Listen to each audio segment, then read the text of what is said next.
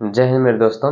आज हमारा टॉपिक है बैंकों का राष्ट्रीयकरण। बैंकों का राष्ट्रीयकरण क्या है, तो आज हम इसको टॉपिक को देखेंगे। तो सबसे पहले देखते हैं बैंकों का राष्ट्रीयकरण। राष्ट्रीयकरण क्या होता है?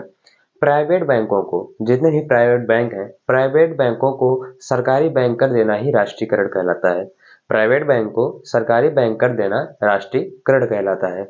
तो हमारे भारत देश में भारत में दो चरणों में बैंकों का राष्ट्रीयकरण हुआ है। दो चरणों में बैंकों का राष्ट्रीयकरण हुआ है।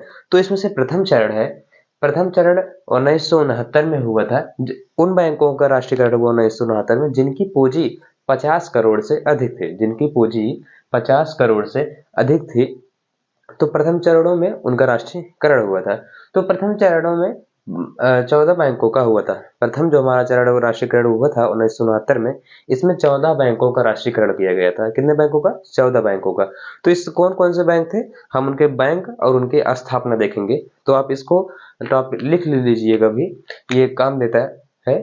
तो सबसे पहले हम देखते हैं bank of Allahabad. Bank of Allahabad का 1865 में स्थापना हुआ था। पंजाब नेशनल बैंक का 1894 में, बैंक ऑफ इंडियन 1906 में, केनरा बैंक 1906 में, इंडियन बैंक 1907 में, बैंक ऑफ बड़ौदा 1908 में, सेंट्रल बैंक ऑफ इंडिया 1911 में, यूनियन बैंक 1919 में। फिर सिंडिकेट बैंक 1925 में इसका राष्ट्रीयकरण हुआ। बैंक ऑफ महाराष्ट्र का 1935 में राष्ट्रीयकरण हुआ था। इंडियन बैंक ओवरसीज बैंक इसका 1937 में हुआ था। देना बैंक इसका 1969 में हुआ था। यूको बैंक इसका 1943 में हुआ था। यूनाइटेड बैंक इसका 1950 में हुआ था। ये है हमारा प्रथम चरण में बैंकों का राष्ट्रीयकरण। प्रथम चरण के अंदर बैंकों का राष्ट्रीयकरण हुआ था। प्रथम चरण में 14 बैंकों का राष्ट्रीयकरण हुआ था, जिनके नाम यहाँ पर है, आप इसका स्क्रीनशॉट भी ले सकते हैं। तो प्रथम चरणों में किस किस बैंकों का राष्ट्रीयकरण हुआ था? जिनकी पूंजी, जिनके मतलब बैंकों में 50 करोड़ से अधिक थे, जिन बैंकों में पैसा 50 करोड़ से अधिक था, उन बैंकों का 1969 में, कब हुआ था? 1969 में उनका राष्ट्रीयकरण हुआ था। राष्ट्रीयकरण किससे कहते हैं? प्राइवेट बैंकों को, जो प्राइवेट सेक्टर के जितने भी बैंक हैं, इन बैंकों का सरकारी बैंक कर देना ही राष्ट्रीयकरण कहलाता है। हमारे SBI का भी राष्ट्रीयकरण ही हुआ है। ये देखिए, सेंट्रल बैंक ऑफ इंडिया, तो इनका भी राष्ट्रीयकरण हुआ है। अब हम देखते हैं द्वितीय चरण में किन किन बैंकों का राष्ट्रीयकरण हुआ था। द्वितीय चरण में 200 करोड़ से, जिनकी पूंजी 200 करोड़ से अधिक थी, उन बैंकों का राष्ट्रीयकरण हुआ था।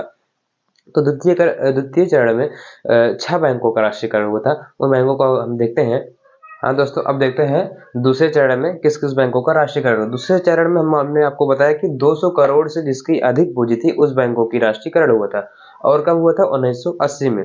1980 में सरकार ने जो प्राइवेट बैंक थे, जिनकी पूंजी 200 करोड़ से अधिक थी, उन बैंकों का 1980 में राष्ट्रीयकरण कर दिया था।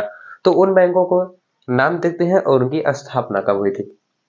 तो पहले कारपोरेशन बैंक, जिसकी स्थापना 1906 में हुई थी। पंजाब एवं सिंध बैंक, जिसकी स्थापना 1908 में हुई थी।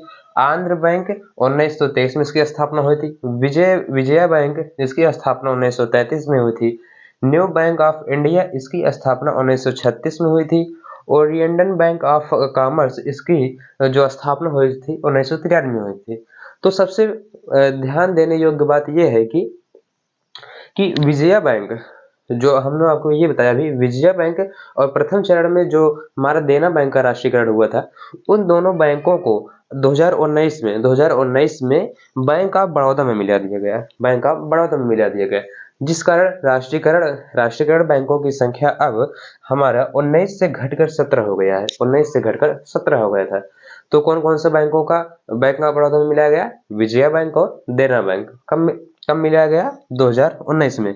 अब हमारे पास जो राष्ट्रीयकरण है वो बैंक कितने हैं? 19 से 17 हो गए। पहले शुरुआती में 19 थे, लेकिन 2019 में विजया और देना बैंक को बैंक ऑफ बड़ौदा में मर्ज कर दिया गया, मिला दिया गया, जिससे अब हमारे पास 17 ही बैंकों का राष्ट्रीयकरण है। 17 बैंक राष्ट्रीयकरण में है। तो ये हो गया बैंकों का राष्ट्रीयकरण। आपके साथ जल्द ही मिलेंगे कुछ अगले टॉपिक पे। तो इस चैनल को सब्सक्राइब करिएगा, वीडियो को लाइक करिएगा। जय हिंद।